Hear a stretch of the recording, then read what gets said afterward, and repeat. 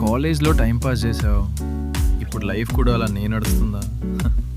College డేస్లో bunk కొట్టావు, classes skip చేసావు, లాస్ట్ సెమ్లో సీరియస్ అవుతాను అన్నావు, అసైన్మెంట్స్ మేనేజ్ చేసి పాస్ అయ్యావు, ఎగ్జామ్స్ ముందు ఒక వీక్ చదివి సమ్హౌ క్లియర్ చేసావు. అప్పుడు ఫన్ అనిపించింది, కేర్ ఫ్రీ అనిపించింది. కానీ ఇప్పుడు ఫ్రెండ్స్ సెటిల్ అవుతున్నారు, లింక్డ్ఇన్లో ఆఫర్స్ షేర్ చేస్తున్నారు, ఇంట్లో నెక్స్ట్ ఏంటి అని అడుగుతున్నారు. టైంపాస్ అనుకున్న టైం ఎప్పుడు ఇంపార్టెంట్ అయింది.